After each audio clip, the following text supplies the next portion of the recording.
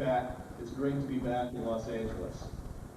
I'd like to take a moment right at the beginning of my remarks to convey one of the more important pieces of news you're likely to hear while here at E3. Tomorrow, May 12th, 1995, will be Yogi Berra's birthday. Yes, his 70th. So we all need to prepare ourselves for a heavier than usual onslaught of yogiisms from radio and TV commentators. And if I may, I'd like to kick off the birthday observance by repeating my own personal favorite of his. When I come to a fork in the road, I take it. Now that's not only vintage Berra, it's also good for kicking off speeches. It can even be construed without an awful lot of effort to be representative of what I'm about to say today. I'm going to discuss choices. I'm going to discuss change. And E3 works as a pretty good symbol of some change our industry is experiencing. Here is this great big show designed solely for interactive entertainment. CES, great success that it's been, was never really designed for us. It related better to an older culture. It forced some of the most creative companies on Earth to at least figuratively put on gray flannel suits and, well, sort of fit into a TV buying, furniture selling mode. But even that worked okay until recently. Now, interactive entertainment has become far more than just an annex to the bigger, broader electronics business. And frankly, I don't miss the endless rows of car stereo speakers and cellular phones. We've broken out to become a whole new category, a whole new culture for that matter. This business resists our catastrophes. It defies conventional wisdom. But all of us, including me, understand it better. And sometimes, in order to do that, we give in to the temptation to simplify things. And then, invariably, we make mistakes. This morning, I want to question a couple of assumptions about interactive entertainment that I see gaining greater and greater acceptance today. Assumptions that I believe are mistaken. What are they?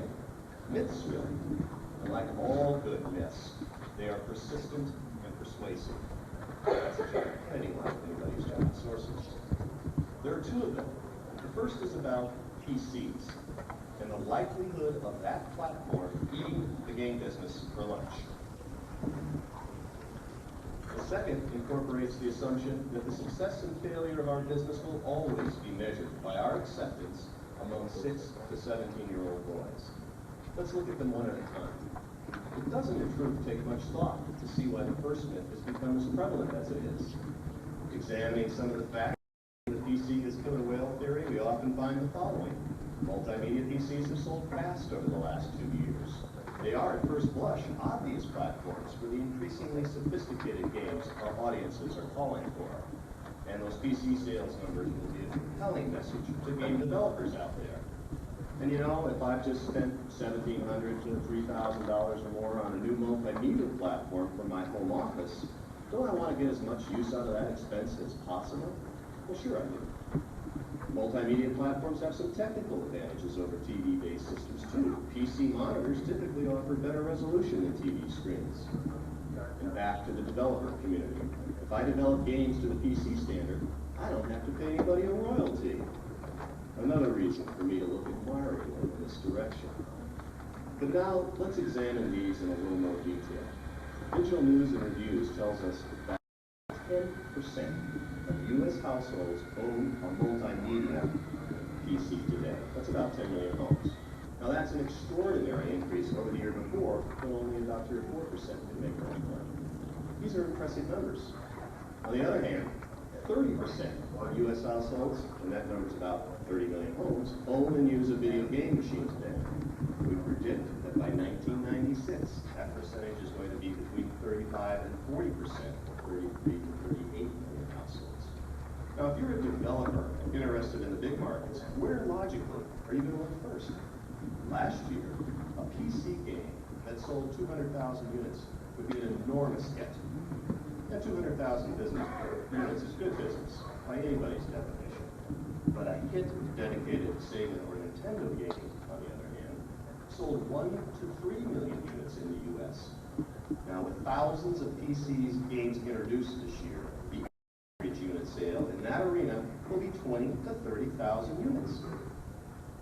Dedicated game titles are only coming out at a rate of a few hundred per year. So the average unit sale will be over 100,000 units, and it will still sell millions of units. At this moment in time, and for the foreseeable future, let's face it, Sega, Nintendo, and maybe a few others in our business are still the only real big game in town. Now what about this business of, hey, I just bought an expensive computer, I want to get as much use out of it as possible. Let me get off the academic level here and get down to daily reality. If we're talking about a young adult who just bought a computer system, has no kids, and might want a little diversion on his work platform, I'll buy this argument all the way. He'll buy 3 or 4 PC CD-ROM games. But that's not a rule in America. That's an exception. It's far more likely that 3 to 42 years old, I bought my PC to work at home, to organize my domestic life, to try new educational software, maybe to join my friends and family on the internet, whatever. And yes, I have kids. And after resisting the pressure for months, I finally go out and buy a game for my 10-year-old boy. He's happy looking at the box, seeing the fun he's going to have. He can't wait to get started.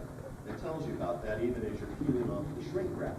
You slide that baby into the slot, hit install, and you get one of several messages, all of which basically say, surely you did not think it was going to be this easy. Now we're talking time on telephone pole with the software company's 800 line, their customer service people. We're talking more trips to the computer store. You're upgrading DOS, for instance, because of that pesky insufficient memory signal. I mean, nobody told you that you needed 8 megabytes of available memory to run that game. Or you're reconfiguring the soundboard after you spend 2 hours looking for the documentation. And Macs aren't immune from all this either, trust me. So the story goes on in most houses for hours, and then finally the supreme moment arrives, the music pipes up, the animation begins, it's working. And then you realize, hey, I don't know if I want my 10-year-old playing anywhere near my home office and the business plan I just spent 2 or 3 months creating. So the next morning you make another trip to the computer store to buy a shell. That means every time you turn the computer on, he can only get to his game.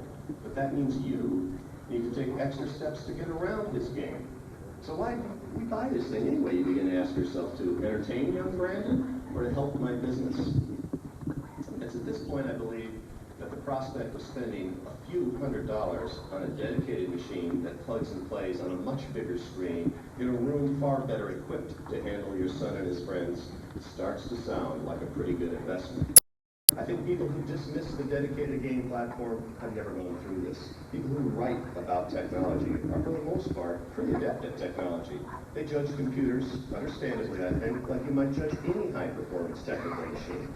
If it develops a quirk or two, that's the name of the high-tech game. But in our game, we know things don't work that way. If you're truly going to succeed in the consumer business, your product has to work perfectly, right out of the box, first time, every time. Now, is Windows 95 going to deliver the kind of idiot-proof operability that someone like me needs? I think over time the answer is probably yes. Certainly that's where it's aimed. But that's still a ways out there. And by then, the game business will be still further ahead in delivering the next generation entertainment experiences. Here's what we're about to consider. A PC that could marginally run some of the newer games talking about today will require a Pentium 120 megahertz PC chip with Windows 95, a 3D graphics accelerator, 16 megabits of RAM, and more video RAM. And that's not your average multimedia PC. This is power user stuff, hobbyist level stuff. And even if it were available today, it would retail for over $3,000, well over. Now please don't get me wrong, multimedia PC game sales are going to increase rapidly. It's going to be a great business to be in. And in the very near future, Sega will be getting into it.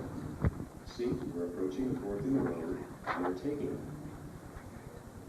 But the truth is, PC games aren't going to kill game machines any more than VCRs kill the movie business. The myth I'm dealing with, let's not forget, is the kind of all or nothing assumption I see too much of. It will be PCs or it will be dedicated game machines. That's like asking, will it be sports cars or minivans?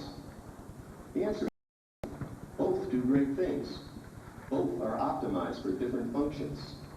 70% of the whole video game business today consists of fast action and sports titles, a concept that most of the multimedia PCs shipped last year and this year cannot deliver. Most publishers today believe PC entertainment software sales will level off at about 20 to 25% of total entertainment software. But even this kind of market share predicting tends to miss a much bigger vision of the future of home entertainment. It looks at what most homes have now and extrapolates from there. I want to move outside of that box. I think even the amazingly sophisticated games you're going to be seeing at E3 today only hint at the kind of immersive experience consumers are going to be demanding in years to come. That's going to be delivered by big screen TVs, surround sound, home theater stuff that will move the whole question away from the level of, will it be in the home or the home office? Because it will be neither. This will be multi-dimensional, truly interactive experiences that will involve the whole family, and they'll take place in a room dedicated not to sleeping, not to work, but to entertainment. Maybe the real message here is that our business is simply going to be more difficult to analyze and predict. Remember, kids and adults alike are going to be more exposed to the fun and excitement of interactive games in the next few years than they've ever been before. They'll be seeing them on airplanes, in hotel rooms, and in their homes via the Sega Channel. Where the Sega Channel exists in our rollout markets today, we're seeing game purchasing activity increasing by 35%. The Sega Channel is the first online example of electronic delivery of games in a mass market way. We will build on that in the future with Saturn, and it certainly gives Sega a distinct advantage. Am I suggesting a Sega game play in every home by the year 2000, along with a chicken in every pot? Absolutely. But in the forms and platforms we haven't yet dreamed of. This is a business that is ready to explode, and there's room for plenty of competition. PCs are not the enemy. Set-top delivery is not the enemy. Not if you're the largest content provider of software, as Sega is. Now let's move on to the second myth, that your life and mine will forever depend on the whims and attitudes of the 6 to 17-year-old market. I hope some of what I just finished saying about greater consumer expectations will begin to put the lie to this idea, because this once hard and fast reliance on a singular age group and demographic is changing and changing fast. In 1992, the market was 61% dominated by 6 to 17-year-olds. In 94, the figure was 55%. Now our reliance, Sega's reliance on the age segment has dropped to the industry average. In 92, 62% of our sales went to them. But in 94, the number had dropped to 51%. In other words, 49%, almost half, of our business is already with adults 18 or older. And that trend is going to continue. We're going to see a broader-based group of ages and demographics buying interactive entertainment, period. Most savvy industry analysts completely agree with this. So the game companies begin to ignore those 6 to 17-year-old boys, our original group of consumers? Do we begin turning down the heat on a former life support system? Let me use this platform to ease any concerns in that direction. Sega's answer is no. You'll hear lots of talk today and in the days ahead about next-generation systems. The appeal to older players from those games will be obvious, but we're not forgetting the group that put us where we are. We will still make the hot action titles. We're not forgetting there's an array of budgets out there, nor are we forgetting the aspirations of the young observers of this industry. We've long noted that when you skew your product line toward the young, there's little room for growth. So as we begin to skew our products forward and toward an older, more sophisticated consumer, we're giving kids room to realize their aspirations. We have hot new products awaiting launch on all our platforms. As just a sampling of this, let me mention Comic Zone, a Genesis product that represents a whole new game genre, bringing the nation's #1 print medium, comics, to life.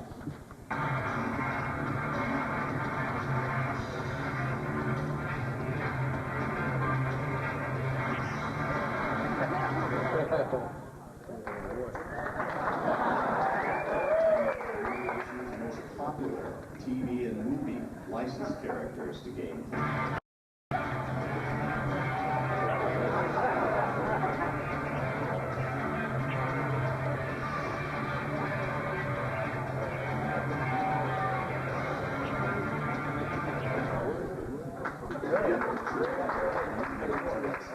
brings the ultimate high-end arcade technology into home systems. Retail.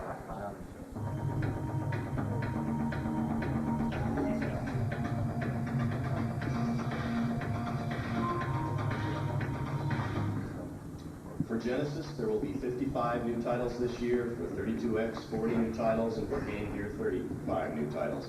And as I noted before, the job of analyzing this business is going to get harder. Predicting revenues was never the simple population modeling exercise that we all wanted it to be. Now the variables we will all have to consider will require even finer-tuned crystal balls. But that doesn't mean we're not going to work at it. Let me take a qualify myself in this business of defining markets for the years ahead. Number 1, 2, and 3 in that list of qualifiers is that I work at Sega. I don't believe there is a company or individual in the industry who has a better sense of the mind of the consumer than Sega. Yes, we got our start in the arcade business, learning about gamer expectations a quarter at a time. We've had to provide arcade entertainment so interesting, so compelling, and so addictive that you put quarter after quarter in just to increase your score. And that means something. We are the largest creator and marketer of arcade and consumer interactive entertainment in the world. I noted that one of my best friends among the competition said in a recent article, our heritage claim was much overused. Trust me when I say this, if any other company could claim the heritage of 40-plus years of understanding the mind of the game player, it would. What it's yielded us is unqualified in the most important criterion for success in this business. We create interactive entertainment hits in and outside the home. No other company does this. There's a new consumer mind out there, older, more affluent. This is a group that has positively proven it can be drawn to gaming when gaming delivers the kind of immersive experiences they want. To those of you who pointed Myst as an example of the kind of CD game young adults want, I say that's right. And we'll do that kind better on our CD-ROM game platforms. Only our games will be faster, more sensually overwhelming, far more social and interactive. So what matters to this new consumer mind? It all boils down to this. People want a great immersive experience that helps them relax, escape, compete, win, and most importantly, have fun. No matter what kind of tech talk you hear in the next few days, and we'll certainly be contributing to that, the game is what counts, not what makes it great. In early movie days, it was technology. The first to deliver sound, the first to deliver color. So too with games, the first to deliver great speed, first to deliver realistic sound and color. Now we believe our Genesis, 32X, and Sega Saturn technologies are better than their respective competitors. But we realize it's the software the consumer cares about. We're at the point where the experience of the game, the story inside the game, is what matters. Suspension of disbelief. It's always been the fundamental component of diversion, whether that diversion was books, theaters, or movies. Advances in gaming mean we will come to supply that component more effectively than any other medium. The interactive entertainment business is going to allow the Walter, Mitty, and all of us to finally realize our dreams. We're going to become great hockey players, race car drivers, football players, mediators for that matter. We're going to move into new worlds that were formerly only available to us in our dreams. Now this suggests some obvious changes in the games of the future. Side-scrolling games, for all the fun and success they've brought us, will ultimately give way to newer, more complex genres. Now please note this, I said ultimately give way. A long time from now. We expect to sell millions of Sonic and other great side-scrolling games over the next 2 or 3 years. So am I talking about a revolution here? Not really. But I am absolutely saying it's time for the press and the analysts to take off their cautionary hats for a change, to move the meter a tick or so to the right, to see that this is an industry that merely paused to take a breath before resuming its stunning growth pattern. This is a $5 billion industry that was $1 billion 8 years ago. And it's going to grow, my numbers, 9 or 10 billion by the year 2000, whereas the link is 11 billion. Okay, up to this point, a lot of what I've said has been pretty qualitative in nature. Do I have any historical data to offer you? Yes. Let's look at the experience to date in Japan. Sega Saturn has already sold 1 million units there. We anticipate that Sega Saturn's first full year in Japan will yield sales of 2.6 million. Now, if you conservatively translate that to the U.S. market, we expect to sell over 3 million units here in the first full year on the market. We think we'd sell more, but the extraordinary success in Japan means some limits to the supply in the U.S. are inevitable. We believe Sega Saturn sales in the U.S. before Christmas will be in the neighborhood of 600,000 units. You may have seen some argument in the trade press between Sega and Sony about who sold the most in the Japanese market. Well, we did.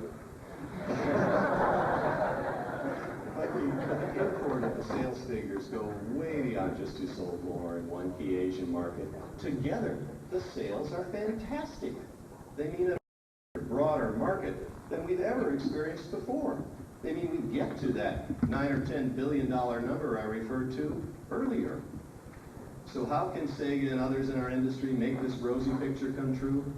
By going to the next level as quickly as possible and at a price as low as we can manage. That's how. But you knew that. I can't speak for my competitors, but I do know the kind of products we're bringing to market soon are going to hit that bigger, broader group of consumers like nothing's ever hit it before. They're going to push the bounds of what great arcade technology can do, but they're going to do that on people's TV sets at home. We're launching Sega Saturn with great software. Here's Daytona on Sega Saturn. Daytona's the #1 grossing arcade game worldwide today.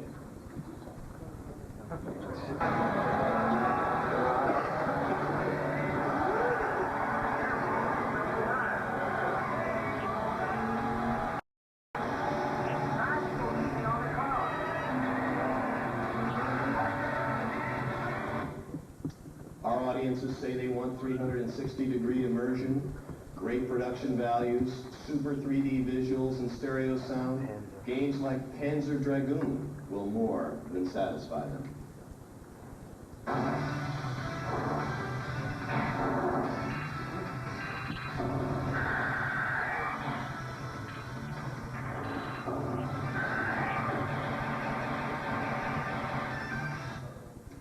And now, with the help of my able and charming assistant, Tim Dunley, let me show you what a top arcade hit worldwide looks like on the Sega Saturn platform. Virtua Fighter is the best fighting game ever done. It's #1 in Japan, it has a cult following, and it's already the top 5 arcade hit in the US and Europe. There is computer modeling, animation, all of these fighters, little real fighters, real human beings practicing different martial arts skills. The computer captured their motion and then generate these records. We're generating many hundreds of thousands of textures, polygons per second. Oh, you lost? Or did you win? You won. Oh, good, Jen.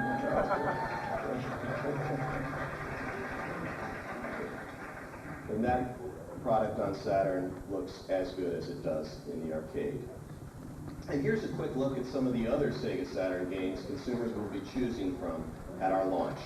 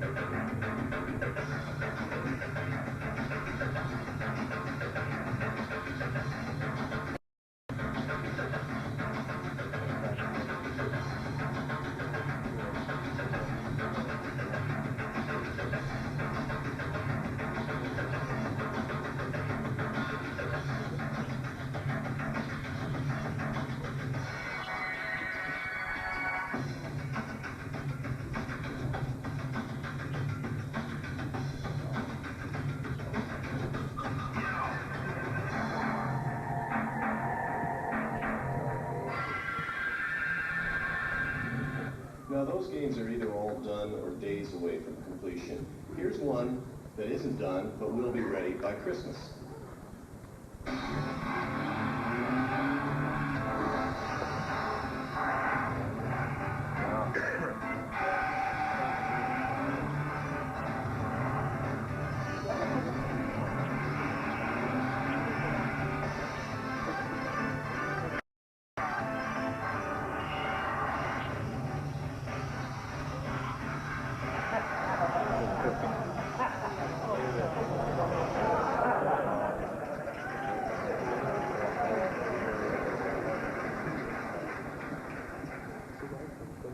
As Yogi also said, you can see a lot just by looking.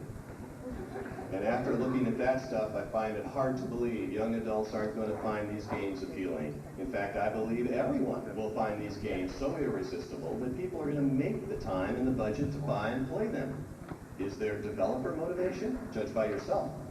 More than 100 third parties are now developing Sega Saturn software for 1995, and we anticipate a full library of 80 outstanding third-party titles on retail shelves by Christmas of this year.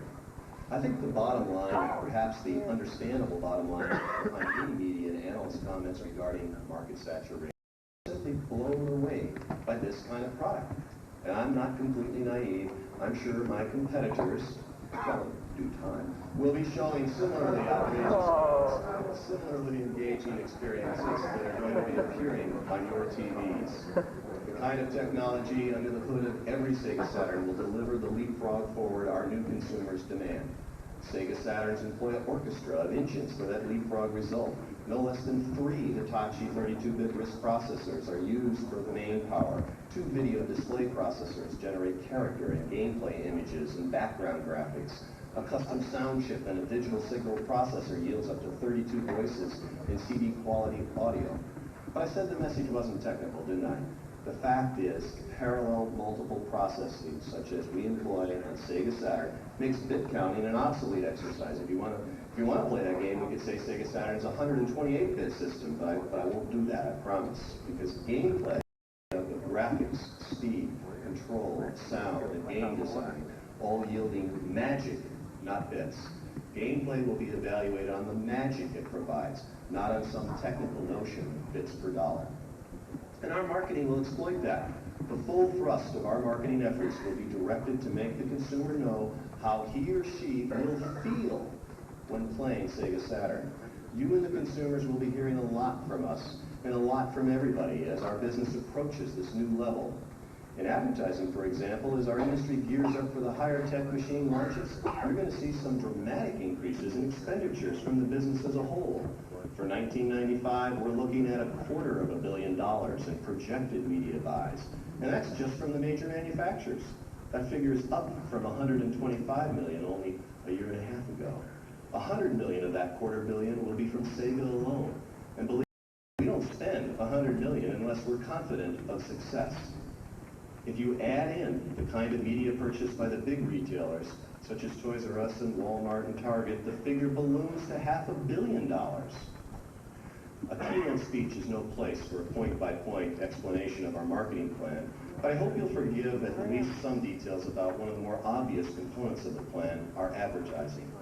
If Sega advertising to the millions of teens and young adults we consider our primary audience has been, well, occasionally shocking,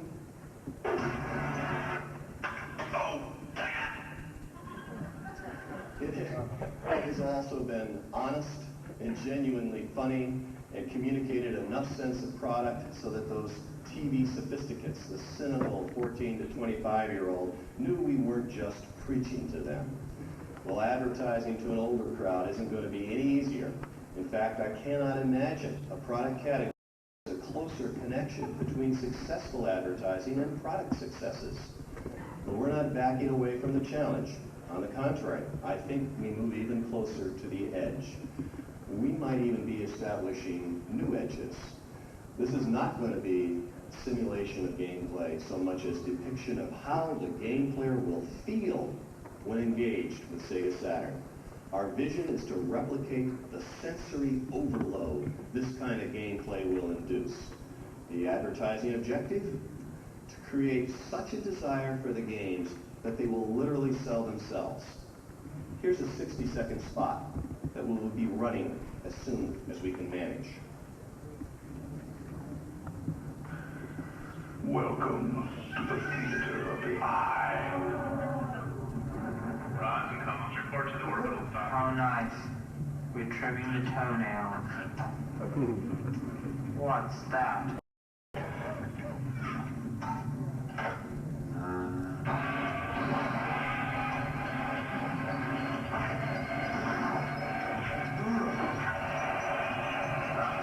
This is the brain. What's going on down there? Here comes going up! Go down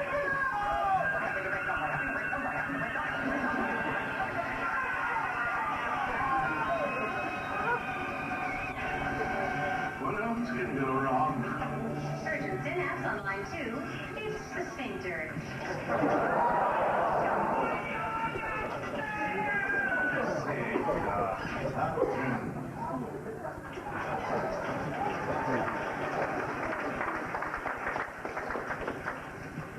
I guarantee you, every 22-year-old in North America knows what a sphincter is and why a game makes it react, even if the rest of us have to think. Now let's look at two 30-second spots that ought to be equally effective in grabbing people's attention. Welcome to the theater of the eye. 500,000 polygons a second.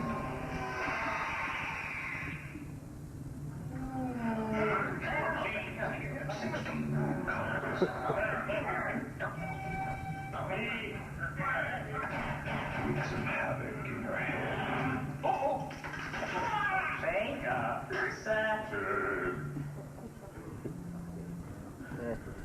Welcome to the theater of the eye.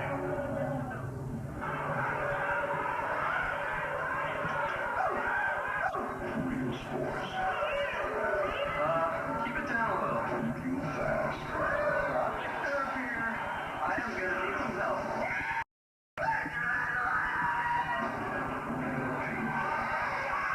There you go. Shredder.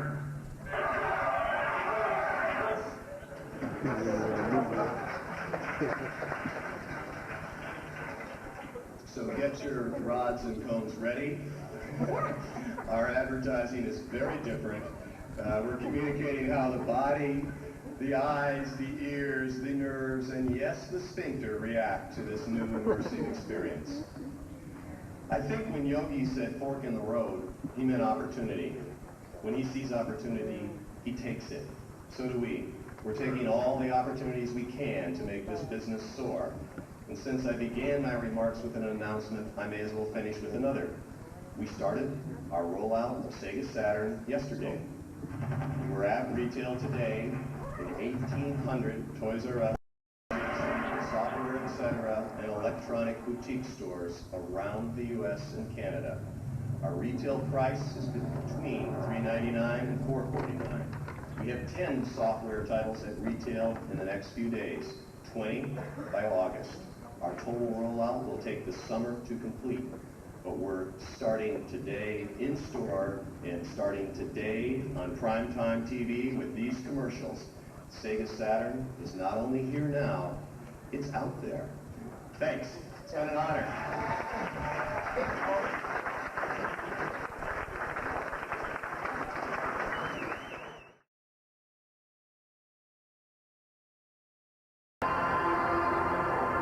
Way back.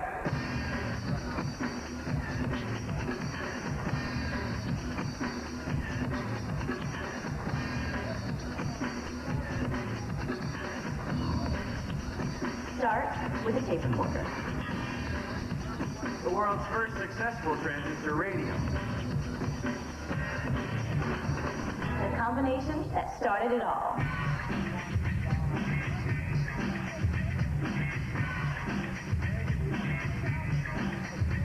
Smaller is better. And bigger is way better. Looks good, but how about even bigger? Yes. A movie the size of a paperback. Roll tape.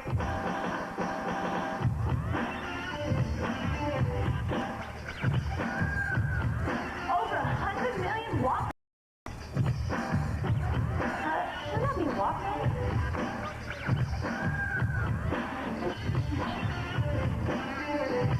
Camcorders the size of a paperback? Okay, let's get busy.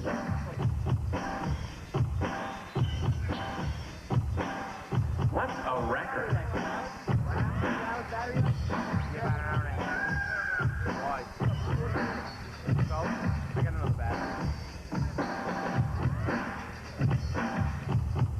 What's a cassette?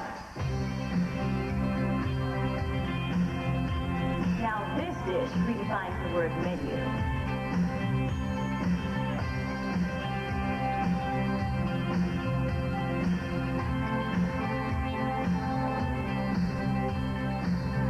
Sony digital delivery systems for every media. What's next?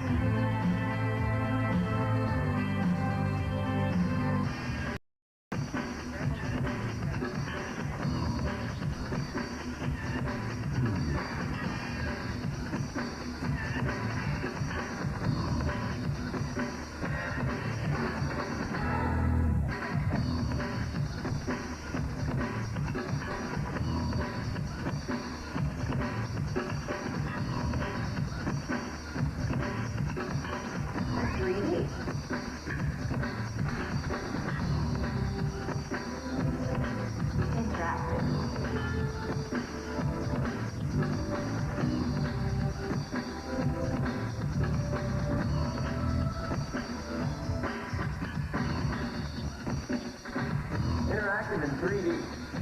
Big deals that don't have to be big. Be big.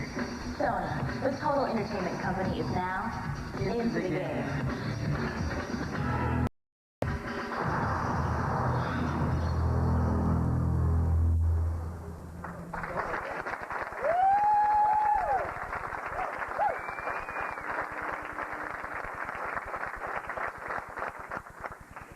In 1991, Sony established a new division to focus on the burgeoning multimedia marketplace, the Sony Electronic Publishing Company. Sony Corporation of America CEO Michael Schulhoff appointed Olaf Olafsson as president of this new operation. As president, Olaf directs worldwide operations for Sony businesses that include Sony Computer Entertainment of America, Sony Computer Entertainment of Europe, Sony ImageSoft, and Sony Psygnosis. He also oversees sales and marketing operations for Sony's CD-ROM manufacturing business. At the same time, Olaf finds time to write. To date, he has written 3 novels, a collection of short stories, and a play. His latest novel, Absolution, has been published by Random House. Forbes calls the Iceland-born Olafsson, quote, a top-notch Nordic novelist who may become that true rarity, an Icelandic Nobel Prize winner. And the story doesn't end there. Olaf is also a physicist from Brandeis University. In total, his background reflects a synthesis of talents and knowledge required to run a technology and content-driven business. Without any further delay, I'm pleased to introduce you to Olaf Olafsson.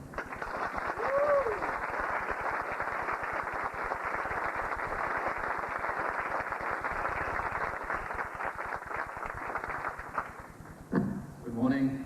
Thank you very much. You can tell from the video that I don't represent a conventional video game company. This morning I hope to show you why that may be the best news our industry could possibly receive.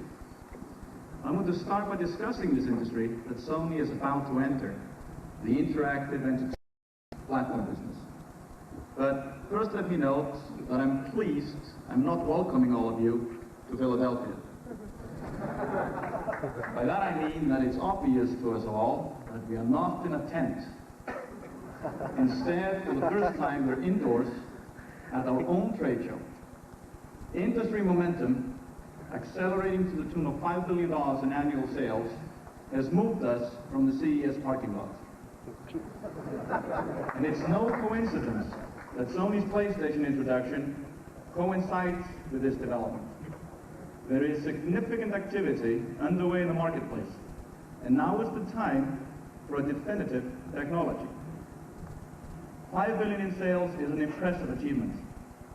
But as we move forward, we need to look carefully at where we're headed as an industry. As an industry, we need to ask the questions I'll attempt to answer today. How can we expand our audience and in turn our business? How can we move beyond the current dip in the hardware cycle at 16-bit and reach our 6, 7, 8, or even $10 billion potential? The answer, simply enough, begins with technology. We all know our business is cyclical. Advances in technology come and go about every 5 years, 4-bit, 8-bit, 16-bit, and each new technology has promoted growth in both hardware and software sales. Now, however, we're in a position to grow much, much faster. In the 16-bit past, technology certainly got us closer to achieving our creative goals, but not nearly close enough. And this is evident by the pending collapse of the 16-bit platforms, which are all witnessing much faster than anyone anticipated. Let's look at 16-bit technology for a second. Two-dimensional animated sprites that made it nearly impossible for the creative community to move beyond riddle-based puzzle-type games. Look at sports games, games where the consumer craved realism. The software community certainly did its best to deliver, but it was still extremely restricted. In the movies, it would be the equivalent of directing a film where the hero could only move from side to side, and the special effects consisted of a scrolling background. Imagine a rich film like The Shawshank Redemption. How compelling would it be if Tim Robbins or Morgan Freeman would only speak for 20 minutes without reducing the frame rate or without losing colors or motion? And the computer platform doesn't offer the answer either. Computers are designed for easy access to entertainment. With all entertainment software, consumers expect plug and play. They want to plug in the hardware, insert the software, and begin to play immediately. Tom Kalinske and I agree on this 100%. This urge for instant access to entertainment applies to all content media, and always has. To books, to compact discs, to video cassettes. If you buy a book and want to read it immediately, there's no problem. If you buy a CD and want to listen to the artist instantly, it's simple. If you rent a film and want to view it within minutes, you only have to push a button on your VCR. But if you want to enjoy your new PC CD-ROM game, you might have to spend an afternoon, a rainy Sunday afternoon, on an 800 number, finding out how to load the software.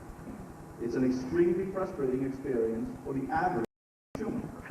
The consumer wants a dedicated game-playing platform, not a multifunction one. My point here is that our future lies in delivering easy access to enhanced entertainment driven by much, much better technology. It's the only way we keep on top of our target, the gamer. We must surprise the gamer with a new level of interactive entertainment that will sustain and grow his interest and attract new consumers. If it's true that entertainment consumers are demanding, then our gamers are demanding to the nth power. Our key consumer is the digital kid who expects technology to be different every day. He can't remember anything before MTV and the PC. He lives in a fast-moving technoscape with the soundbite and the 20-second commercial as he eats shop radio for breakfast. The internet is his lunch. But if we continue to serve him 2D scrolling games, he'll leave the table. As a result, we'll never grow as an industry. So the question is, how do we become dinner? We become dinner by finally delivering on that much-used phrase, next generation. And that's just what we at Sony have in mind. Next generation technology has to provide immersive entertainment, the immersive, involving technology of the Sony PlayStation.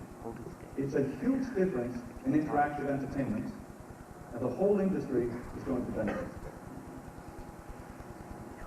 As an industry, we must learn from the experiences of other entertainment media which have consistently delivered technological advances to enhance entertainment and to stimulate industry growth. We would never be watching them today without better technology every step of the way. Sound, color, advances in camera equipment, sound stages, special effects. Just look at the difference between King Kong and Jurassic Park. Today's audiences demand to be wowed, intellectually, visually, and emotionally. And entertainment today needs to target several senses. The same applies to television. Advancing technology has always been critical to its popularity. The move to color, stereo sound, bigger screens, visual radio with the advent of MTV, VCRs added on so that TV could better deliver the movie experience in the home. TV stayed on top of the public appetite through improved technology. It's a medium that kept its audience by diversifying. So why am I talking about history? I'm doing that because the video game is, at its heart, in the entertainment business. And like the movies and television, our entertainment content grows from better hardware and better technology. Noticeably better interactive entertainment technology will free up the creative community and our content will improve. And since gamers buy the entertainment content, the rush of the experience, they'll buy more entertainment, but only if it's better. I believe we are certainly capable of advancing the industry. This $5 billion business, which many of you in this room have created in a remarkably short period of time. An industry as big as the domestic motion picture box office. And today we have the attention and the dollars of entertainment's biggest consumers, the gamers. These consumers are more inclined to buy interactive entertainment than anyone ever before. They grew up with it, and there is no adjustment curve.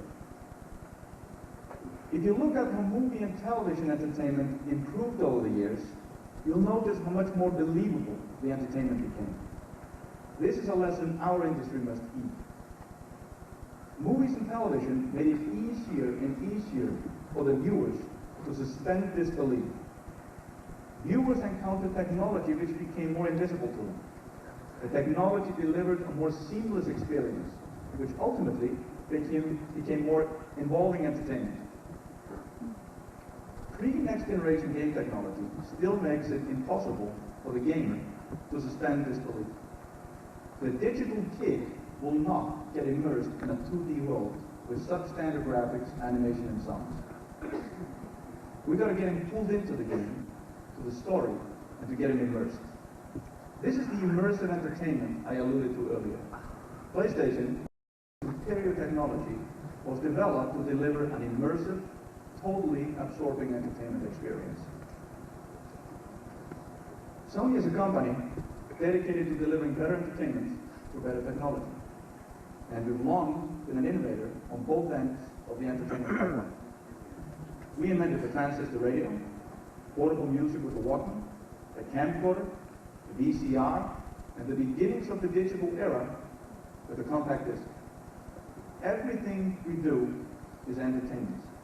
From all sectors of consumer electronics to motion picture studios, music labels, TV series, home video, movie theaters. And all of this heritage has been invested in the PlayStation. The technology and entertainment will deliver with the PlayStation a mainstay and not ancillary to any other businesses. Sony's commitment to the future of interactive entertainment, where hardware and software come together. Sony's belief in a full partnership between hardware and entertainment is reflected in Sony Computer Entertainment, the first Sony company to house hardware and software under one roof.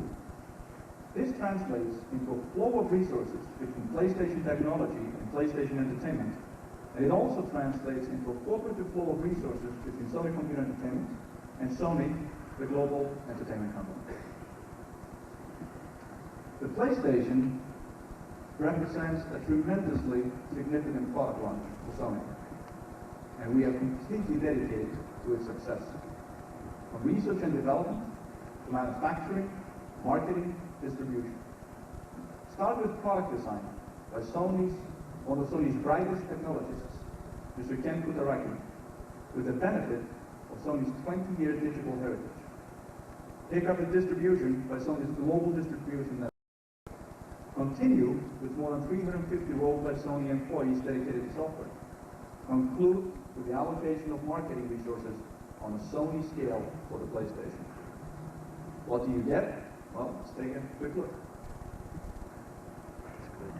All right. In the gaming world, a little ripple just isn't enough to get players into the game. No one went too deep with this. Even with plumbers, this was kind of weak. To what level did they need?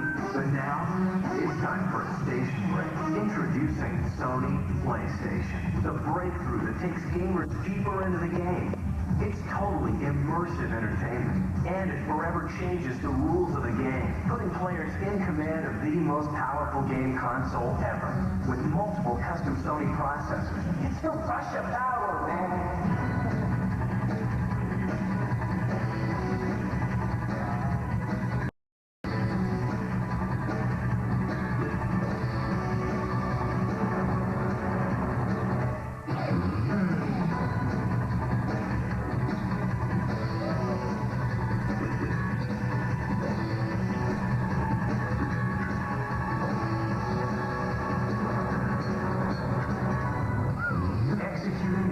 Of 500 million instructions per second. It has the power of a 3D graphics workstation, but it's just for fun. Once gamers check into the PlayStation, they take fate into their own hands. Real 3D action.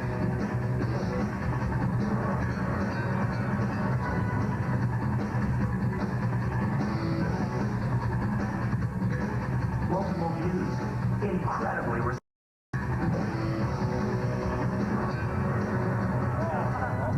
co-creative entertainment.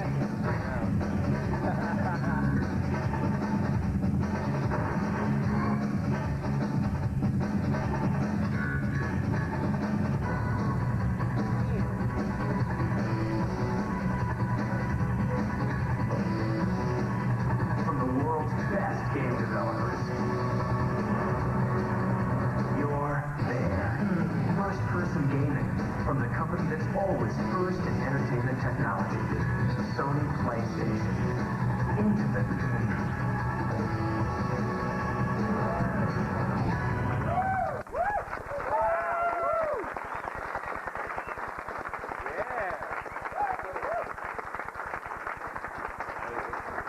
Thank you. The talent behind PlayStation Entertainment now encompasses more than 400 and developers worldwide. And today, as we speak, all of these forces already are producing a new standard in interactive entertainment. Names that include Electronic Arts, Namco, Acclaim, Interplay, Virgin Interactive, Time Warner Interactive, Crystal Dynamics, Sony's own studios, and many, many more. The proven winners are now on the PlayStation team. PlayStation technology begins with a commitment to CD-based technology. A commitment that means television video quality and CD audio quality, which the ROM-based cartridges cannot touch. A commitment that also means short production cycles and investment in the best games, not the biggest inventory. Huge inventory costs and the risks associated with ROM-based cartridges are about to become a thing of the past. PlayStation technology continues with a powerful engine delivering digital experience. Multiple processors that carry the power of 500 million instructions per second, the same power found in high-end workstations. Broadcast quality sound and video at 30 frames per second. 3D animated graphics generated in real time, multiple camera angles, and hyper-realistic simulations. A system named for the power of a $50,000 workstation, harnessed for game play at a somewhat more affordable price. And that brings me to the retail level. What about the PlayStation at retail? That's the true test. The technology and the entertainment delivered by the PlayStation will create tremendous excitement at retail. All of our PlayStation promises will be realized through retail pull-through.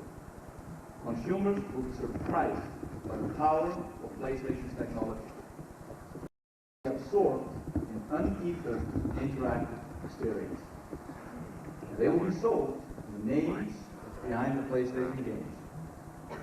If events in Japan are any indication, consumers are going to vote with their dollars for the PlayStation. In Japan, under the leadership of Mr. Terry Tokonaka, Sony Computer Entertainment sold close to 1 million units of hardware and 4 million games since the launch in December. Now let me get to the best news of all, aggressive pricing that brings this only true next-generation system into the home. Some of you might actually want to know what that price is. Since it's a beautiful day here in Los Angeles, I'm going to ask Sony Computer Entertainment President of America, Steve Race, to join me for a brief presentation.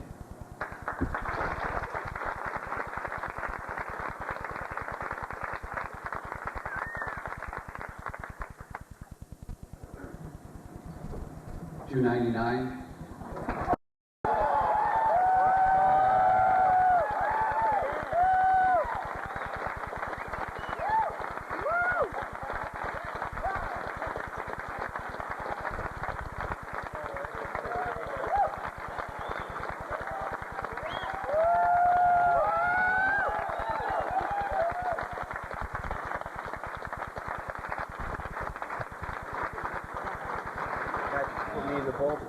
This should put to rest these rumors about Steve being long-winded. With this price, a $299 retail price, we've achieved a magic mass market price point. This good news will be realized at PlayStation's launch, which, as Steve announced last night, will be Saturday, September 9th. Then the gamer will find more than 20 titles at over 12,000 retail outlets nationwide. I hope that I've painted a compelling picture of the future of our industry, that it will not only maintain its current market, but grow that market to the benefit of us all. The total entertainment pie is substantial, and as an industry, we are now in a position to enjoy a bigger slice than ever before. We at Sony believe that improved technology will light the path to a renaissance for this industry.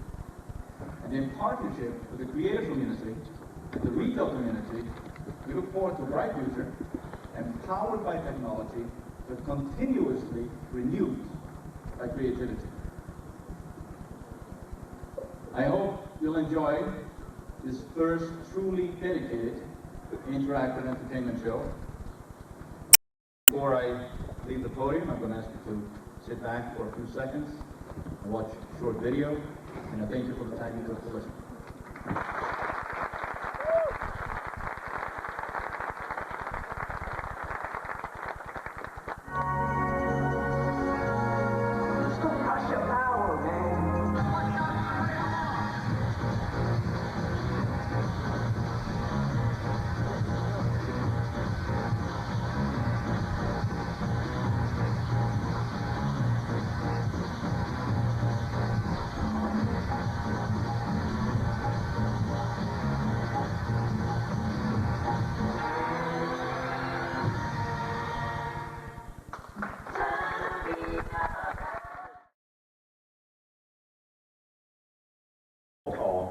The University of California School of Law.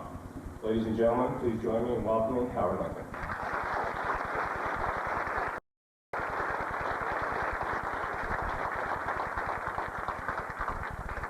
Thank you, Pat, and good morning, everyone. Well, this certainly is a week of great excitement and celebration for the interactive entertainment industry, and that's especially true for those of us who have been involved in this business now for over a decade. For one thing, this show focused on our specific form of fun serves, I think, to validate interactive entertainment as a permanent form of consumer recreation. The days when this business could be dismissed as just a passing fad are fortunately long gone. And the future of this business would appear to be very bright indeed. But like any relatively new and growing industry, we do face some challenges. That's what I'd like to talk about this morning. Incidentally, last week the Wall Street Journal said that some people in this industry think that I'm either a visionary or an idiot. I'm not really sure who these people are or which side of the fence they're on, but just to avoid any confusion, I decided this morning to wear my visionary hat. I suspect that there may be some in the audience who think that the challenges that our industry faces are distinctly Nintendo's. After all, isn't Nintendo the company that is still pouring significant resources and creativity into 16-bit video games, when the industry seems intent on moving onward? Well, yes, we are, and we intend to keep doing it. We have no plans to abandon this huge installed base as long as we can continue to make entertaining games. And isn't Nintendo the company launching Virtual Boy, an entirely new type of video game? One where the interface is a pair of goggles instead of a TV screen where the graphics are truly 3D, but still monochromatic. Well, that's us. We're confident that game players are going to love not only this new entertainment experience offered by Virtual Boy, but that they'll especially like the suggested retail price of $179.95 for this 32-bit experience with a game packed in. But no question about it, Nintendo has its own challenges, and I'm very confident that we will meet them. But the challenges that I'd like to talk about this morning are really not unique to Nintendo. They happen to be challenges that impact every interactive entertainment company. Certainly, one of the biggest challenges that we all face is how to continually entertain and excite our core consumer. Of course, in our case, that's the avid video game player, young and old alike. Let me explain how Nintendo has, just this past week, responded to that challenge. It seems to me, as a veteran of nearly 15 years in this industry, that the peaks and valleys of video game business over any given period of time mirror very closely the relative entertainment value of our games. I suppose you could even build a business model to show this. I call it the Game Player Boredom Index. And put another way, every time someone creates a video game masterpiece, they raise the entertainment bar for everyone in the industry. Let's face it, game players always recognize quality, and they enthusiastically flock to it. Witness the 7.5 million Donkey Kong Country cartridges that we have sold worldwide since last November. Likewise, once we give consumers a Donkey Kong Country, they naturally expect that everything else out there on store shelves and everything to come will be just as good, if not better, in terms of entertainment value.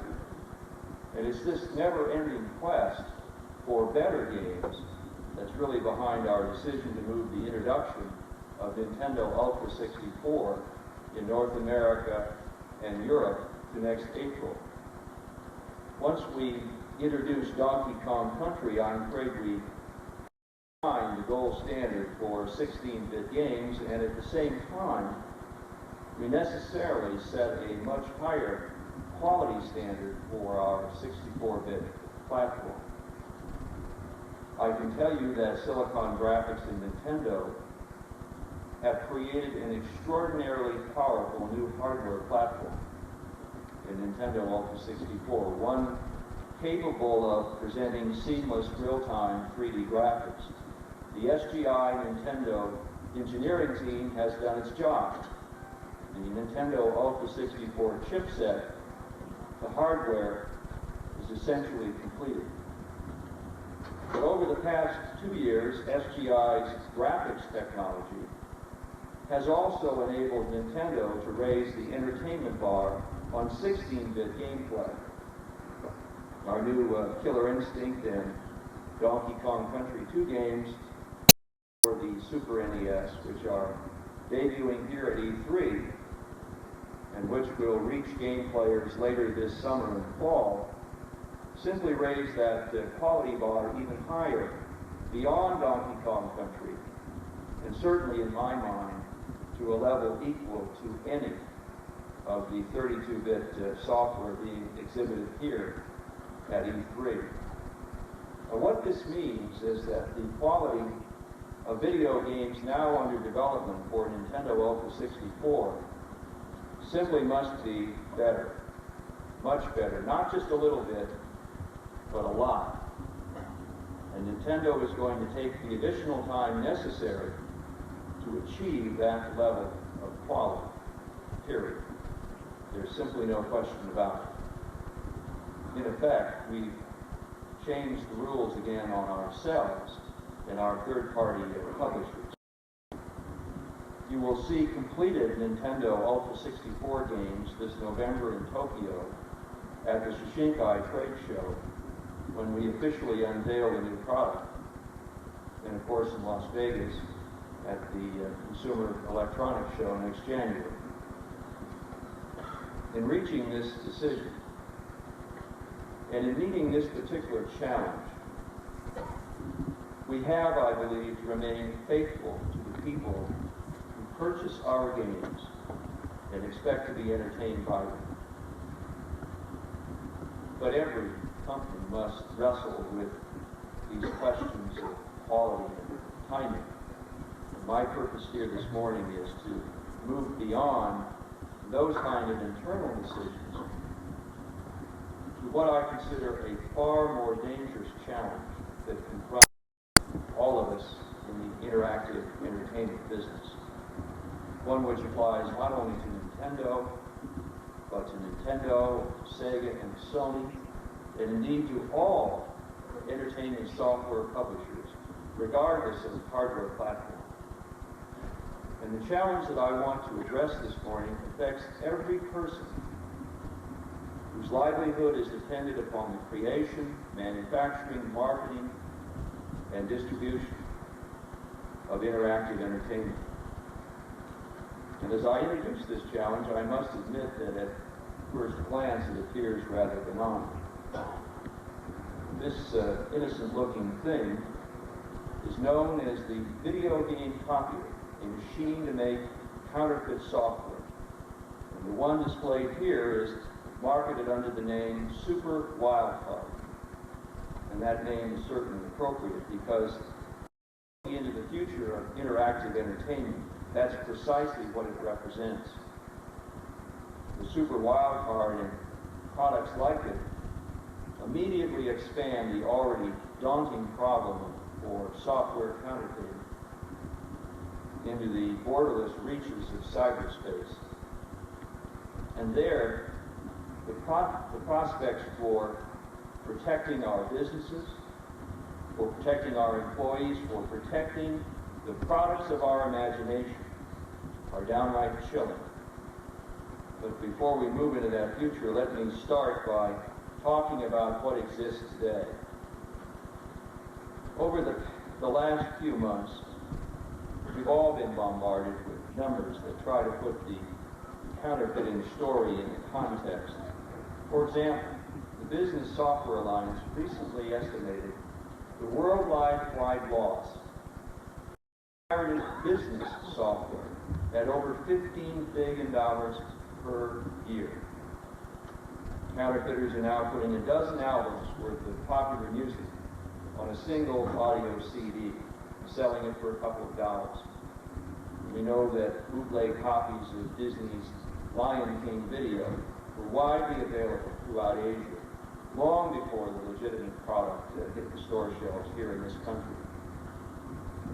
But I want to concentrate solely on the impact of counterfeiting to our interactive entertainment industry. We conservatively estimate that the loss to counterfeit entertainment software, whether for play on home video game systems or personal computers, is at least $5 billion per year. Let me focus a little more narrowly. In the last fully reported fiscal year, Nintendo realized $4.7 billion, all attributable to sales of home video game products.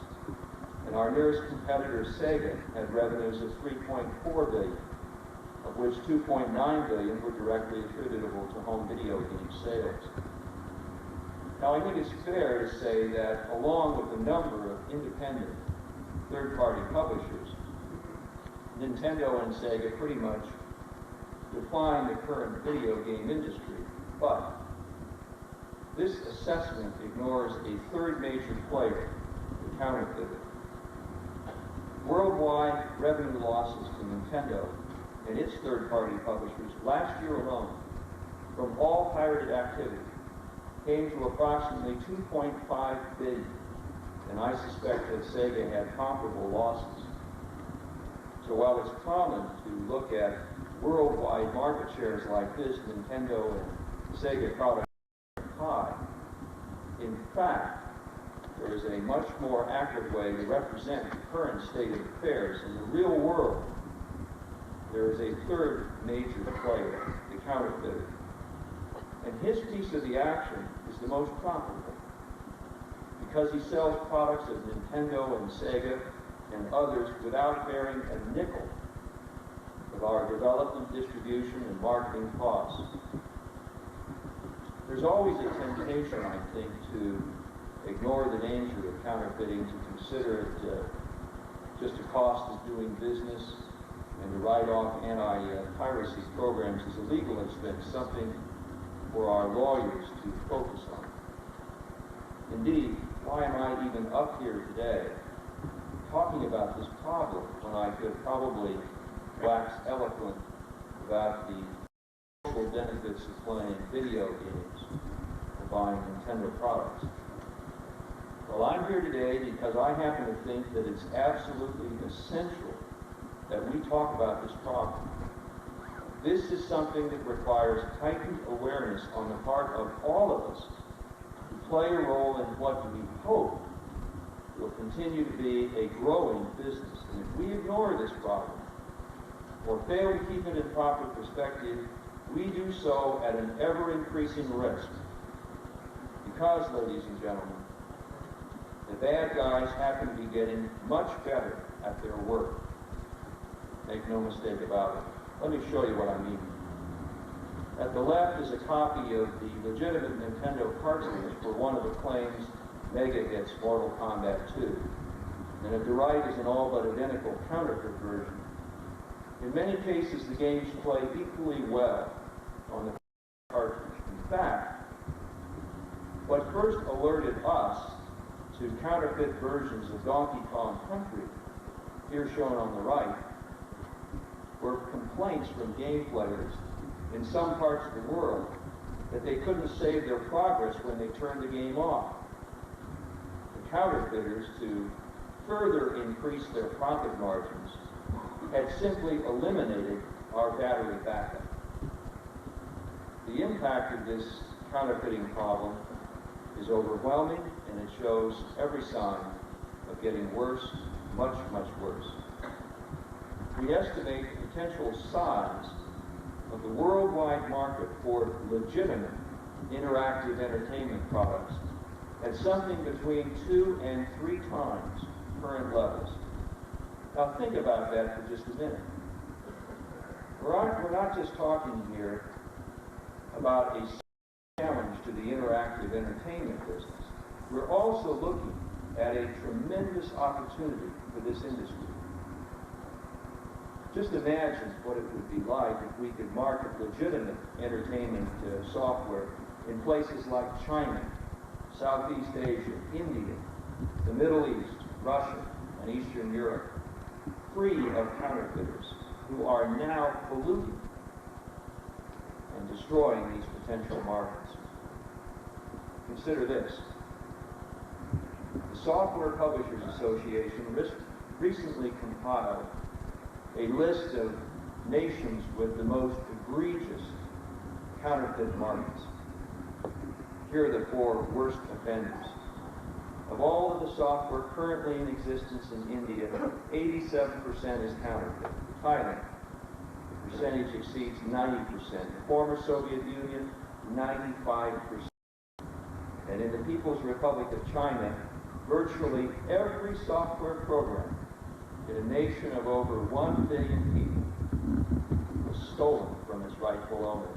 In fact, in China, counterfeiting has actually become a growth industry. Combined, these 4 nations that I've just listed are home to more than 2.3 billion human beings, or 44% of the world's population. And many of the people in these countries are now or will soon be able to afford our entertainment products. So if you believe that the interactive entertainment industry is healthy now, think what it could be like if it existed as well inside of the borders of just these 4 additional nations. And that, it seems to me, should be our goal, to expand our legitimate business into these new markets. But the impact of counterfeiting is more than just the corporate bottom line.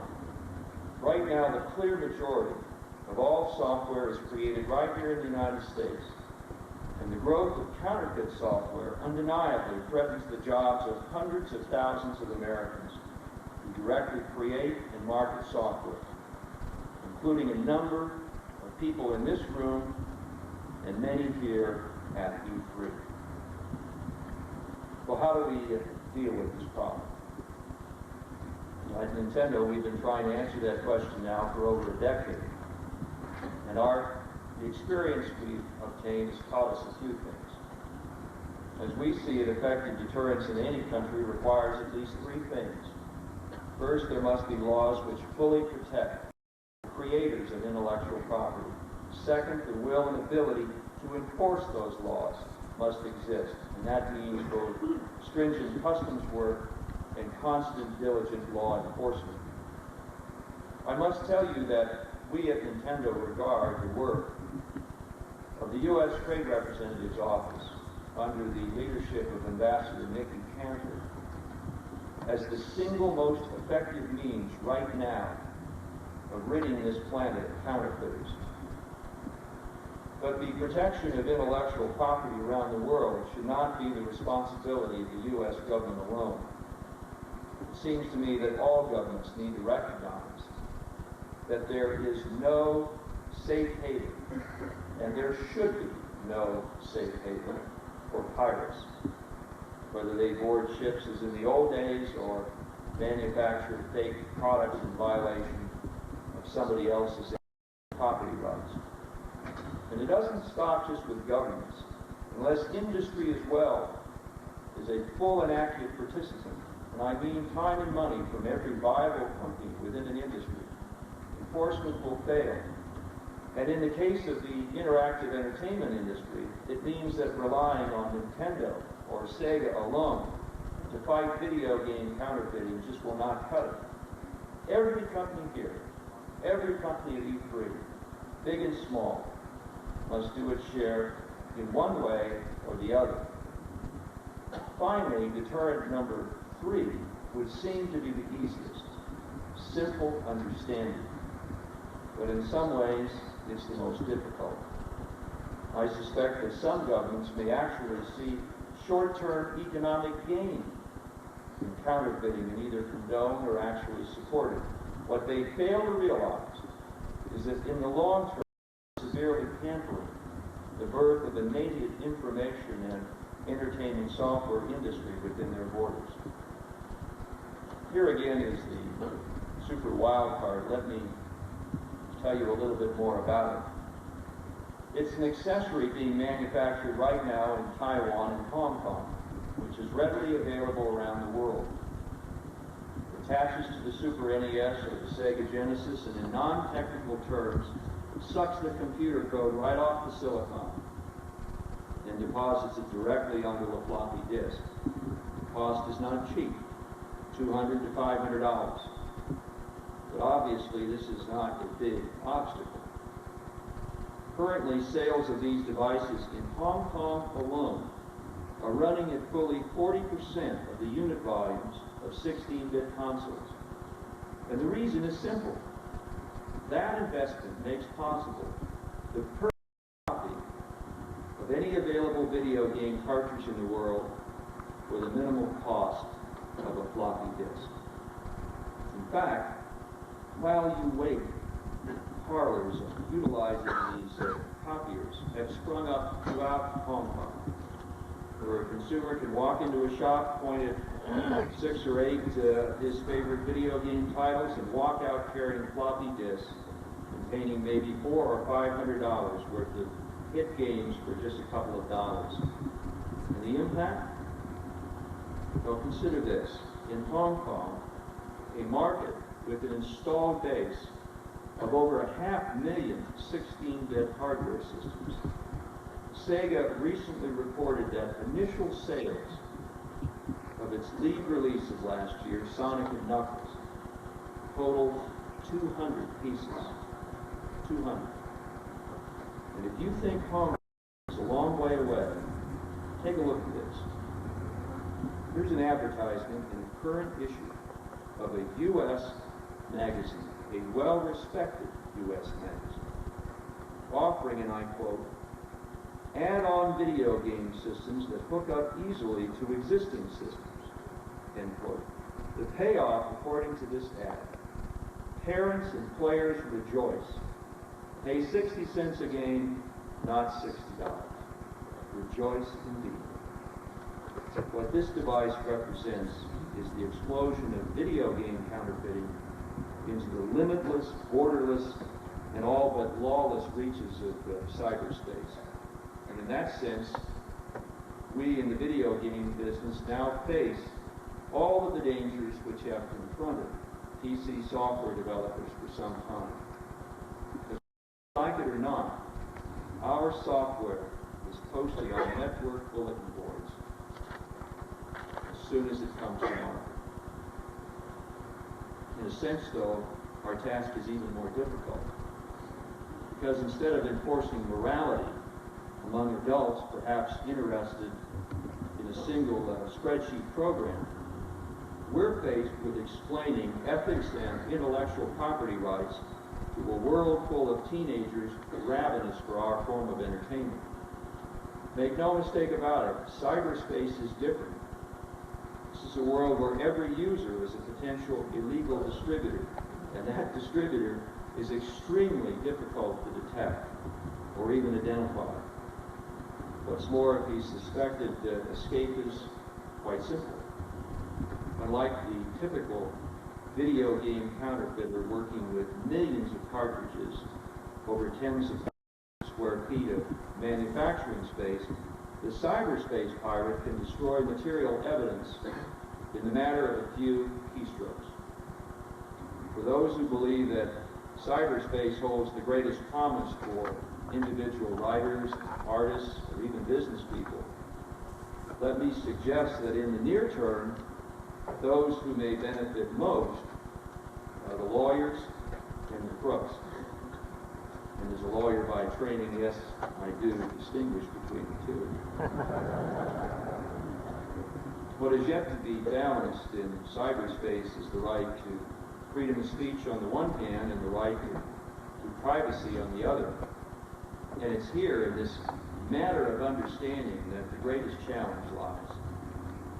Because unfortunately for many, on the internet, it would appear that the right of privacy is interpreted differently, depending upon whose privacy is being. On the part of the individual, privacy is seen as an absolute right. But to some, corporate privacy in the form of protected intellectual property doesn't seem to exist at all.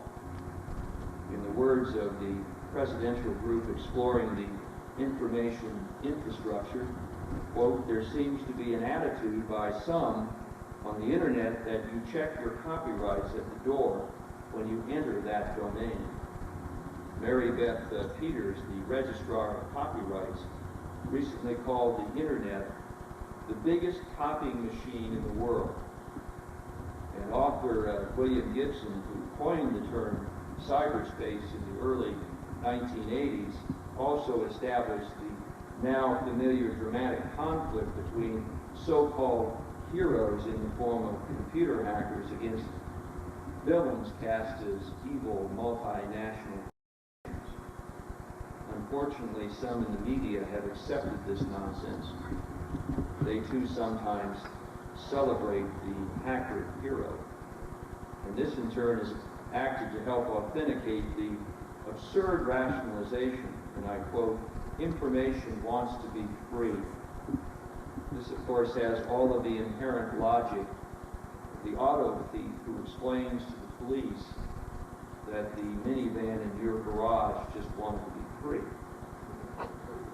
What's more, this absolute freedom of information is demanded by some.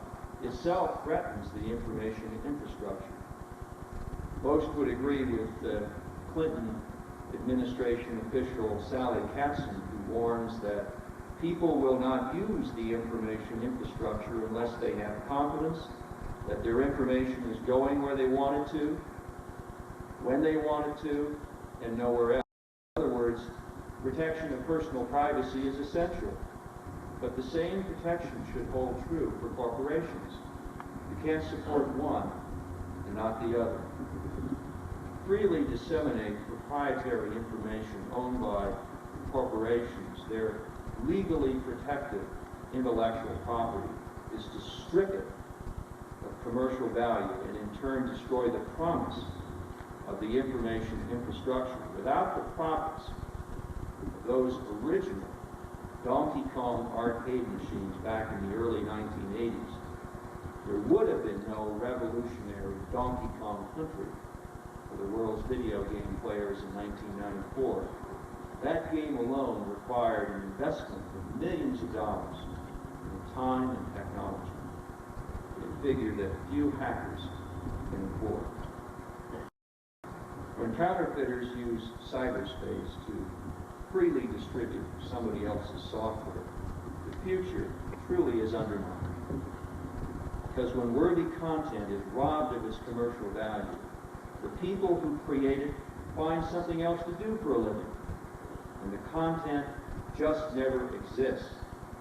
And thus, the legal protection of information is not a threat to cyberspace, but rather its greatest asset. And to help protect that asset, a committee of the Presidential Task Force on the Information Infrastructure is currently finalizing a series of proposals, including changes to existing U.S. copyright law. These changes will provide additional protection to intellectual property in cyberspace, and they deserve this industry's wholehearted support. Now, not everyone may share my views on protecting information, especially some of those on the internet. So this morning as I began speaking, a copy of my remarks were entered into the Nintendo corporate bulletin board on America Online. You'll also find it at our website on the internet. I look forward to hearing from those who may disagree with me. In conclusion, let me repeat that the global protection of intellectual property is absolutely essential to fully expand the potential of readily exchangeable information and entertainment. It's vital in order to nurture the development of legitimate and valuable national software markets in nations like China, where counterfeit goods right now smother all opportunity. And it's also vital in this country. Today, in the U.S., thousands of small companies are struggling with success in the emerging field of multimedia. And the potential for what they can produce is enormous. The ability to make our lives more productive and more fun, and to do that in a way that no one has ever thought of before. But should any of those entrepreneurs strike it rich and create a breakthrough product that finds an enthusiastic audience, it still must face the threat of counterfeit. And long before that product ever reaches the mass market, its value may well have been stripped clean by people who had no part in its creation, who simply stole it, and that visionary company will disappear. Think about a world without counterfeiters. Think about the markets that such a world would open up for those of us in the interactive entertainment industry. And think about the entertainment products that such a world would foster. Not just the products created by multinational corporations, but ones created by individuals and new companies not yet even born. I think such a world is not only worth thinking and talking about, but it's a world that all of us in this room, all of us here at E3 can help create. Of course it's a big challenge. Yes, it certainly dwarfs the challenges typically identified by corporate executives who naturally tend to focus on their own company's success. But to me, it happens to be the biggest challenge and the greatest opportunity facing the interactive entertainment industry right now. So I urge each of you to join Nintendo and Sega and the other companies in this industry who are out there right now fighting international counterfeit. All of us here at E3, I think, need to speak out against this very serious problem. We need to educate everyone who is entertained by our products about the need for protection of intellectual property. And if we do this, we're going to eventually win this counterfeiting battle, not only for our employees and for our shareholders, but for the sake of every person around the world who enjoys interactive entertainment. Thank you very much.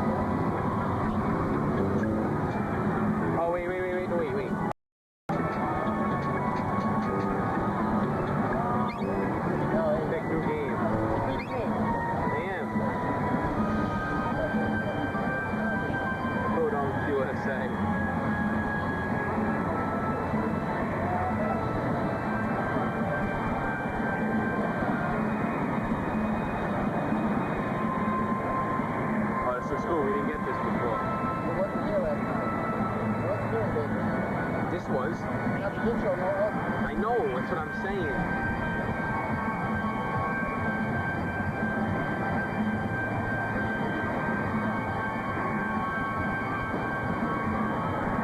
Where are we going here?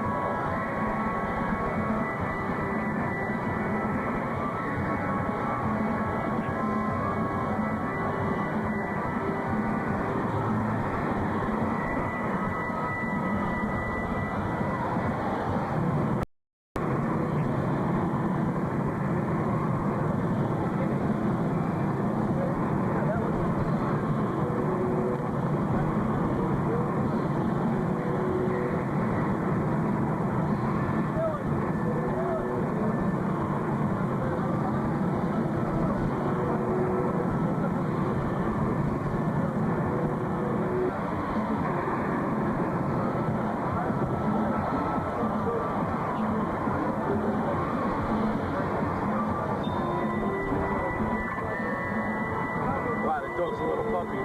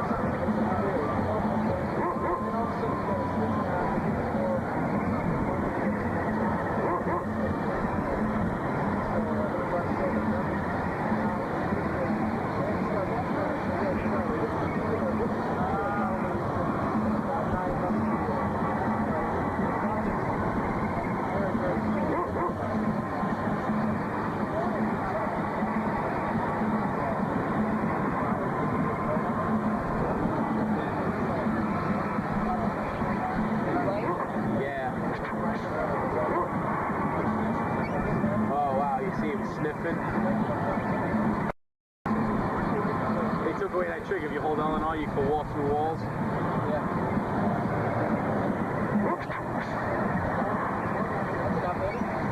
Yeah, you could stop. I just want to see if I can make it to the boss.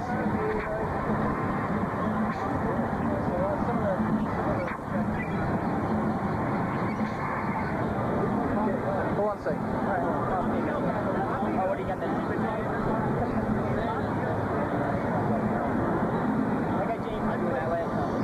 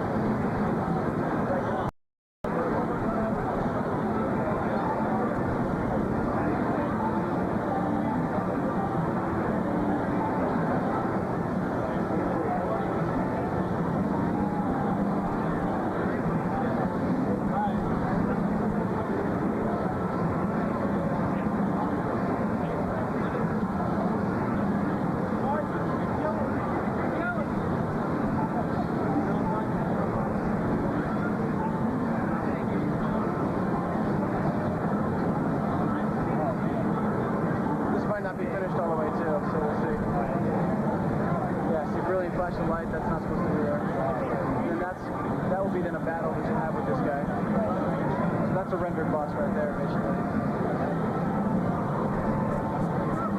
The game, like, what's not, I know that you made it and everything for whatever reason, but like, the game adding more or what? Adding more. Oh, yeah? Yeah, just making it big. Bigger and better.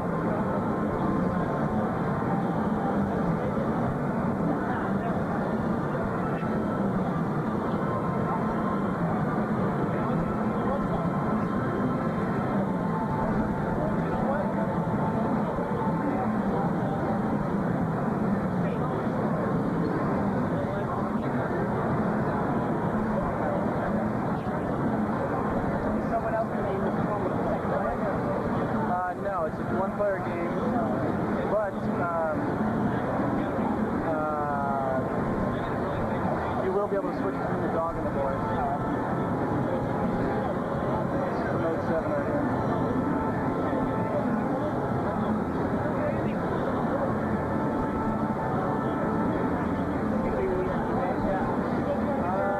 We're not sure yet.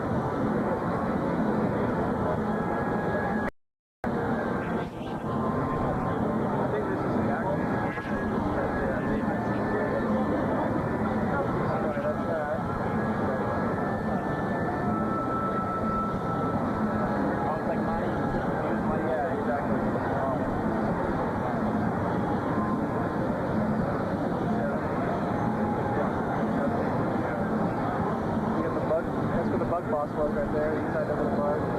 There's the volcano up to the left. Checkerboard for another boss. So it's like, it's really, you know, the map is a lot more enunciated than some of the like Mana and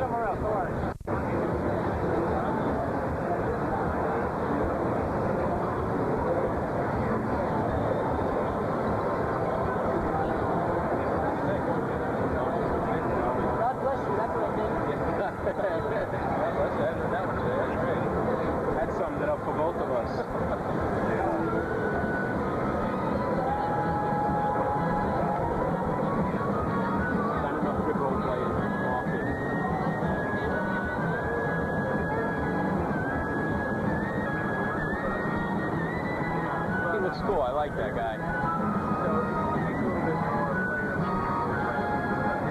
But I played Debbie.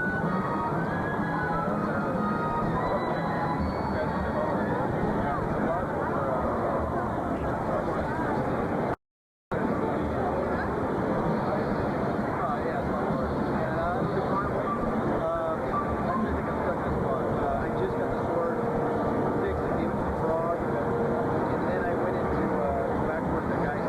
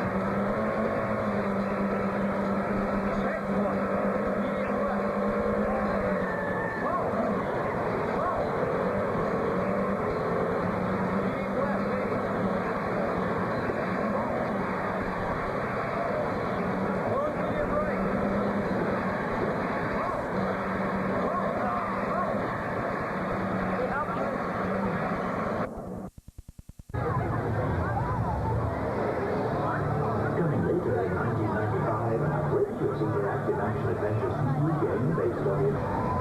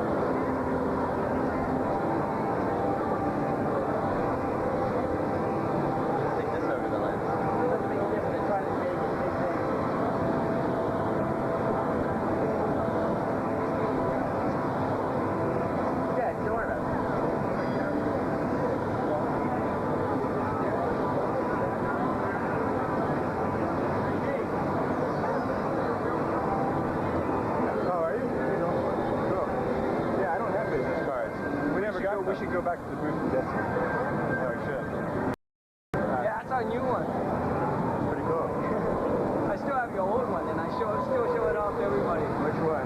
The one that is made out of plastic. Yeah. Yeah. This is quite, but you're almost...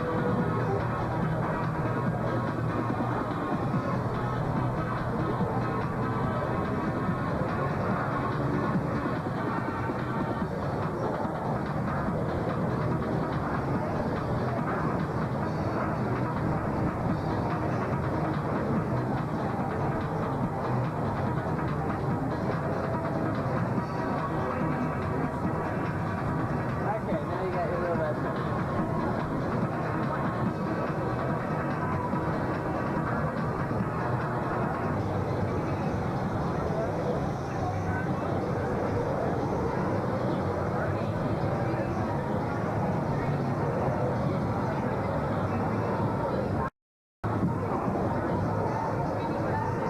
It is my mission to conduct peaceful interaction with the 20th century. And as they say, a warrior for peace is no less a warrior. However, we do get a chance to vent our anger. We will be giving a method demonstration at 3 o'clock. It's a chance to let off some steam. Will you be here for that? I would like you to be my personal guest.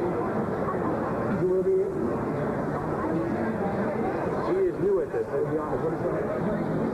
Ray? Come on. Are you learning all that you can learn? Simulate another. Judge Rico executed 9 years ago. I got managed.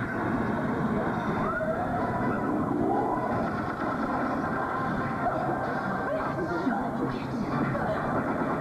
You're allowed to be with Frank!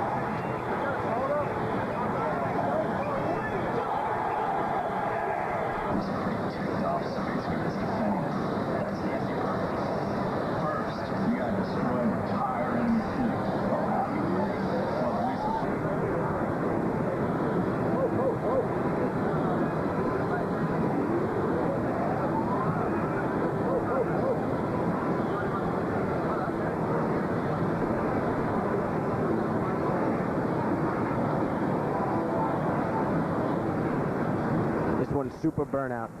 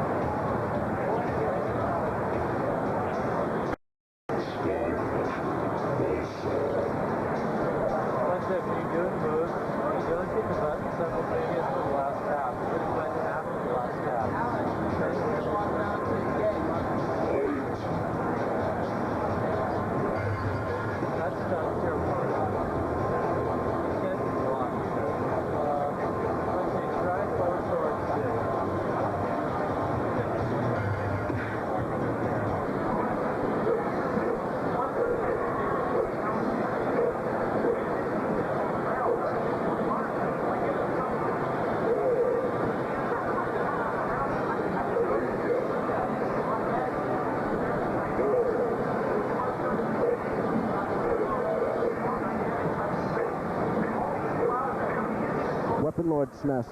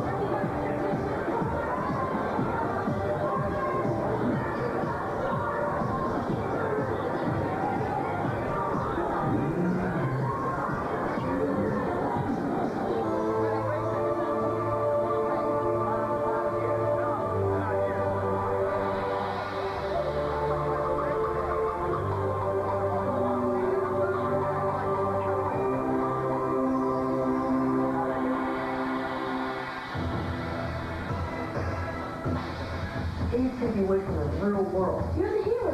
You can do stuff you can't do in real life, like rip somebody's head off and pull their spine out. When my brother drives, he goes so fast he uses control the car. Your stomach drops, your heart pounding. How this feels? You know, when you trash talk each other, it's over, fool. Pick your head up off the floor. So sorry, your grandma plays better than you. It's a competition. And at the end, everybody wants to save the princess.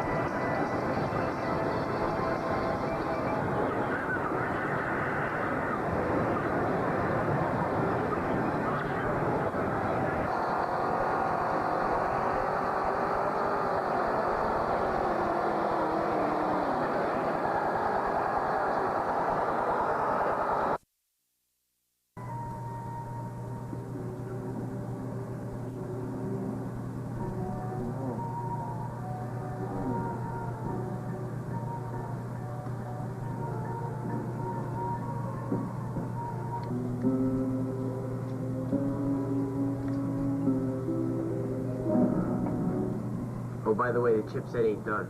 How do you know? Somebody told me. Who told you? I don't remember. Somebody told me that they talked to someone selling graphics and they said that it's not done yet, but it'll be done by April. But that's just what they said.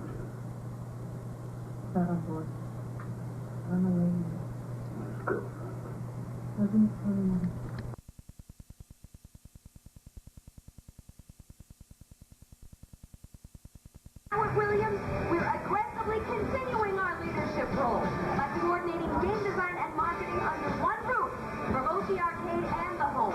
At the forefront of these new games is the colossal continuation of the Mortal Kombat series.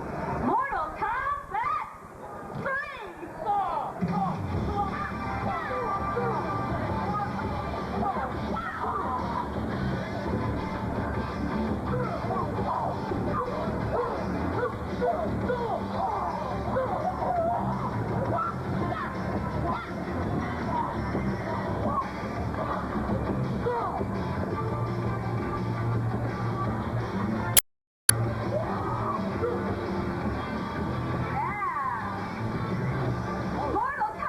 3 is virtually guaranteed to be one of the most electrifying home video game events of the season. And to make sure that this mega event is also a mega success for retailers, Williams is backing up this product release with the most comprehensive, fully integrated marketing program in the industry's history. This year-long marketing strategy includes a major motion picture.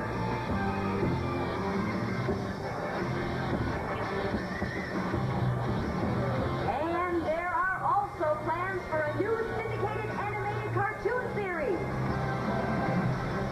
Live tours, Mortal Kombat, the book, and licensed products, including action figures from Hasbro. You see, Sean, at Williams Entertainment, we know that the name of the game is sales. And to make this happen, Williams consistently maintains position as the big name in game marketing.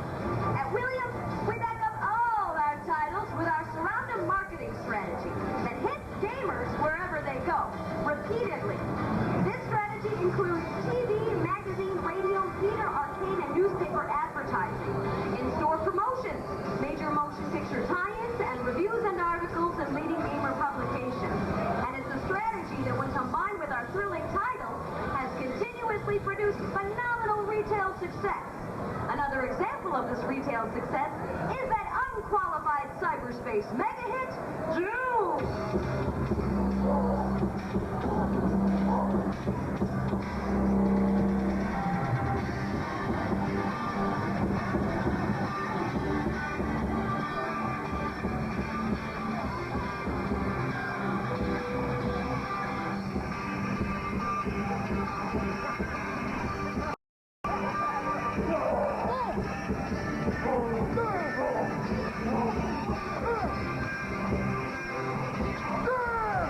Wow. Doom is a heart-pounding action game. Part horror, part science fiction, part nightmare. And it's the most successful search and destroy game in PC history. This thrilling hit is a featured debut game on both the can't-wait-for Sony PSX and the Super Nintendo Entertainment System. And in addition to the new 64-bit game platform, another area that's booming large in the future is the PC game market. And when it comes to PC-based games, once again, you'll find that Williams Entertainment is the name in big games. In addition to intense action games like Mortal Kombat 3, our PC titles include entertainment for the entire family, with titles like Super Carts and Island Casino. And now, we've entered into an alliance with GT Interactive Software that will make even more of Williams and cartridge titles available for the PC game market. But now, to complete the big game picture, Williams is continuing to generate excitement in the handheld market with the handheld version of Mortal Kombat 3. So, from arcade to cartridge to PC to handheld, over the last few minutes, you've seen what makes Williams Entertainment the name in big games. And you've also gotten a glimpse of some of the coming season's hottest home video games. Titles like Mortal Kombat 3 and Doom. That consumers will be fighting to get during the coming season. Because as we all know, retail is a constant battle. So now you have the power to succeed in the home video game market with hot tie-ups and heavy marketing support from Williams.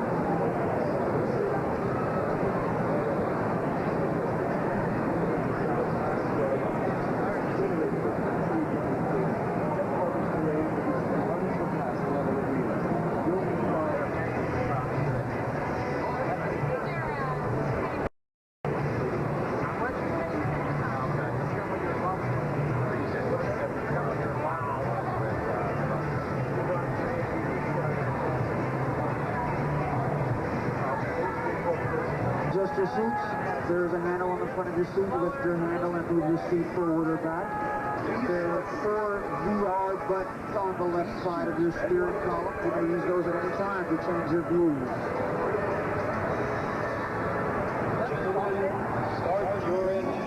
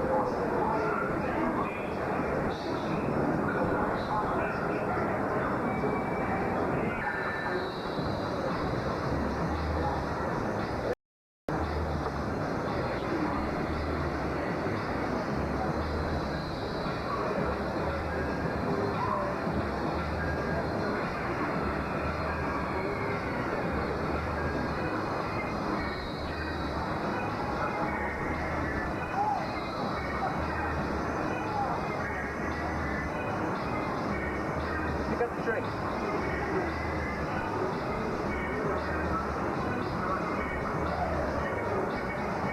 Is there a special way? I don't know. What's Eric does it? Never mind. No. There we go.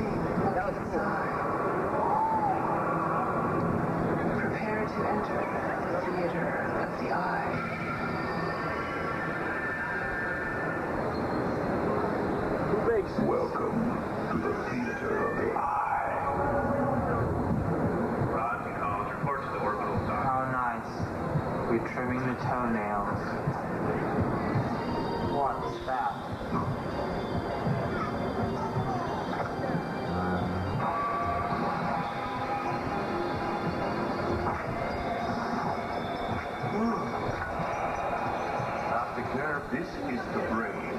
What's going on down there?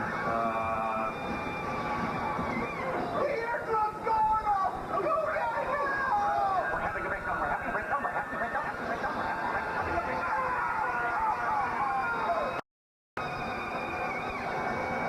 What else can go wrong? Curtains and apps on line 2.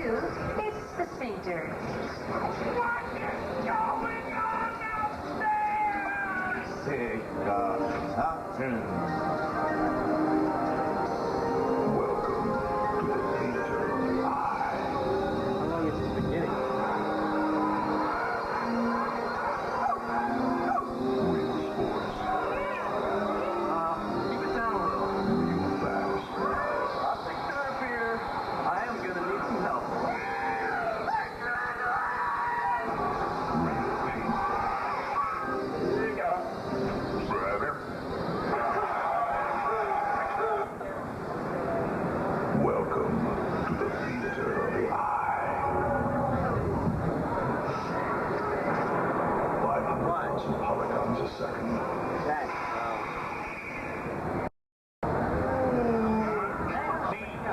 16 million colors.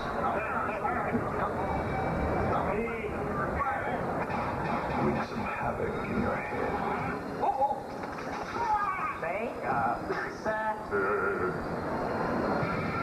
Now you may return to the road as you directed. don't zoom at all.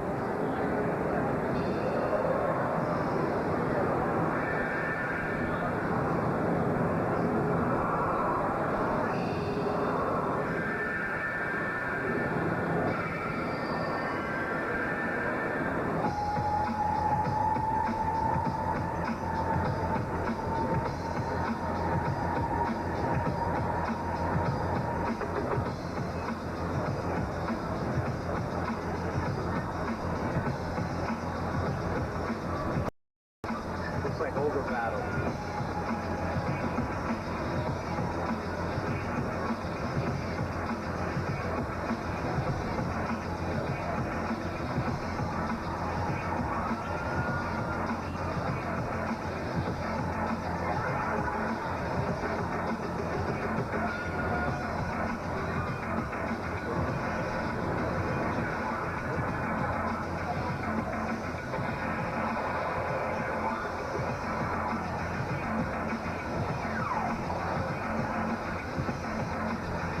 Take that now with GS on it. I am. How do you start? I don't know. Put his name? Or go on a picture?